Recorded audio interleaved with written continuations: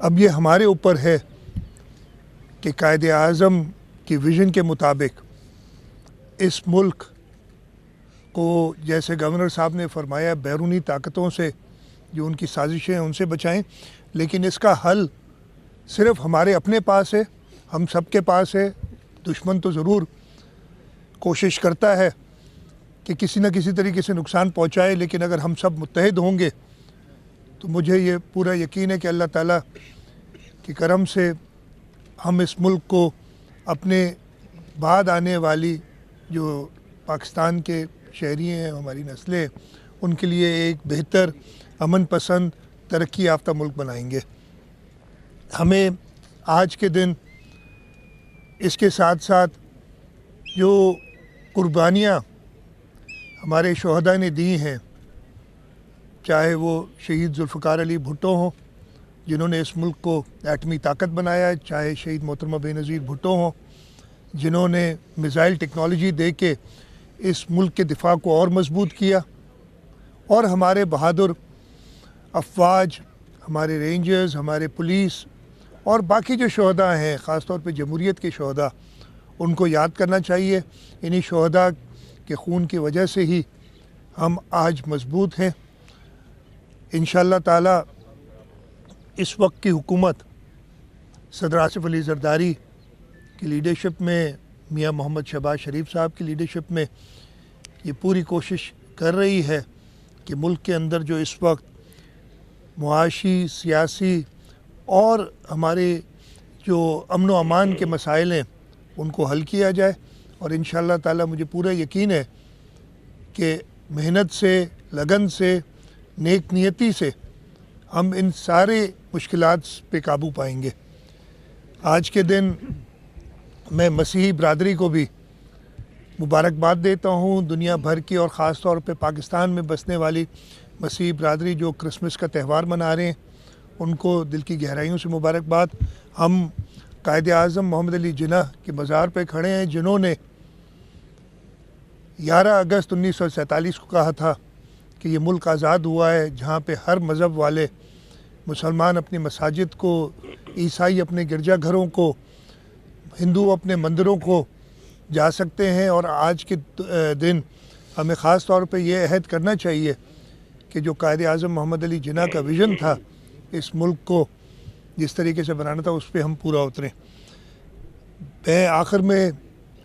جو فلسطین میں اسرائیلی بربریت ہے اس کی سخت الفاظ میں مذمت کرتا ہوں، اور عالم اسلام بلکہ پوری دنیا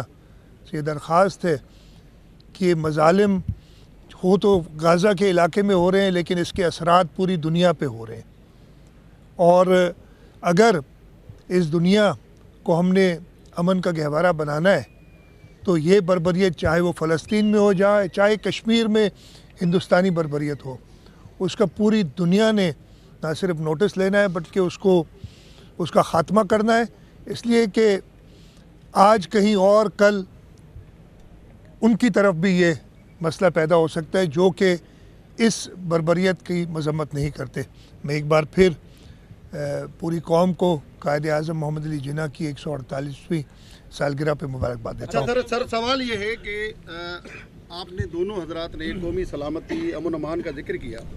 تو سر سندھ عالمی یتیم خانہ بنا ہوا ہے۔ کچھ عرصہ پہلے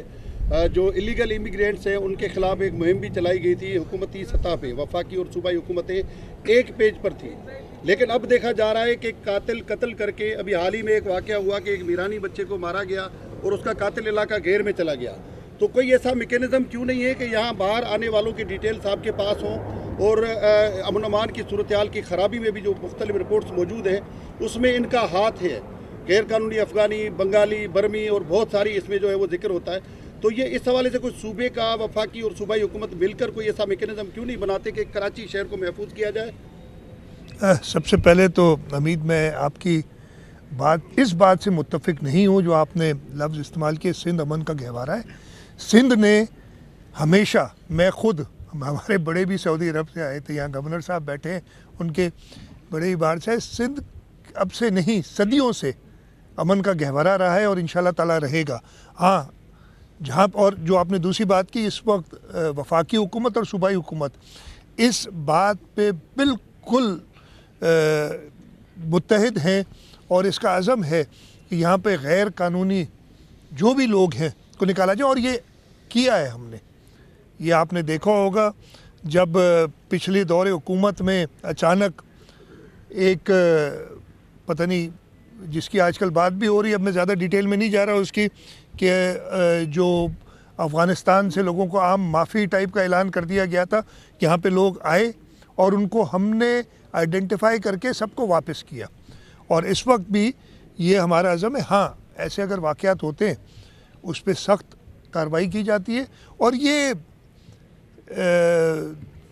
ایک مرڈر بھی از ون ٹو مینی، جب میں آپ کو بتاؤں ایک شخص کی بھی جان لی جاتی ہے تو ایک سے وہ بھی نہیں ہونی چاہیے، لیکن یہ کہنا کہ حکومتیں اس پہ بالکل خاموش ہیں اور کچھ نہیں کر رہی، یہ غلط ہے۔ ہاں، آپ کا دل ضرور دکھتا ہے، میرا بھی دل دکھتا ہے کسی بھی مظلوم کی موت کی وجہ سے، اور اس پہ ہم انشاءاللہ تعالی پوری کارروائی کریں گے جہاں پہ بھی وہ ہوگا، اگر پاکستان کے اندر یا پاکستان کے باہر موجود ہے، ظالم کو اپنے ظلم کی سزا ملے گی، یہ آپ کو یقین ہونا چاہیے، اور حکومت اس کے بارے میں بڑی کلیئر ہے۔ صاحب یہ بتائیں کہ پیپلز پارٹی کے سوا جو بھی وفاقی حکومتیں آئی ہیں انہوں نے سندھ کے ساتھ مختلف معاملات میں ناانصافیاں کی، لیکن یہ جو حکومت ہے وہ پیپلز پارٹی کے ووٹ سے بنی ہے، کیا اب اس حکومت کے آنے کے بعد یہ امید کر سکتے ہیں کہ نیا NFC ملے گا سندھ کو یا پورے ملک کو؟ دوسرا یہ کہ سندھ کے جو بڑے بڑے منصوبے ہیں، جام شورو 7 روڈ، سکھر حیدرآباد موٹر وے، گاج ڈیم منصوبہ، ان کے لیے فنڈز کیوں نہیں مل رہے؟ کیا ہوگا؟ کیوں نہیں آپ بات کرتے؟ اچھا، کیوں نہیں آپ بات کرتے، یہ آپ نے آخر میں کہہ دیا۔ سب سے پہلے تو جب آپ نے پورا جواب بھی دے دیا، نہیں میں بات کرتا ہوں اور کرتا رہا ہوں، اور آپ کو اس دفعہ اگر آپ PSDP اٹھا کے دیکھ لیں، اس سال سندھ کی اسکیمیں جو سندھ حکومت ایگزیکیوٹ کر رہا ہے اس کے لیے تقریباً 80 ارب روپے مختص کیے ہیں وفاق نے، اور یہ اس سال ہوا ہے۔ اس سے پچھلے سالوں میں یہ رقم گھٹ کے 5-6 ارب روپے پہ آ گئی تھی، اور یہ اس کے علاوہ ہے جو وہ منصوبے ہیں جو وفاق یہاں پہ ایگزیکیوٹ کر رہا ہے۔ ریلیزز کم ہوئی ہیں، اس کا میں نے شکایت کی ہے وفاق سے، بہت سخت شکایت کی ہے،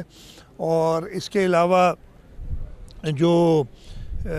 ہمارے آئینی ادارے ہیں ان کی میٹنگز نہ ہونے کے بارے میں سخت شکایت کی ہے۔ کونسل آف کامن انٹرسٹ کا ہونا ہے اجلاس۔ آپ نے 2 منصوبوں کی بات کی، جام شورو سے 7 والا روڈ تو 2017 میں اپروو ہوا تھا، 2017 میں سندھ حکومت نے اس کے آدھے پیسے، ایک وفاقی روڈ کو یہ کہیں اور نہیں ہوتا، ہمیں انفارچونیٹلی یہ کرنا پڑتا ہے، اس روڈ کو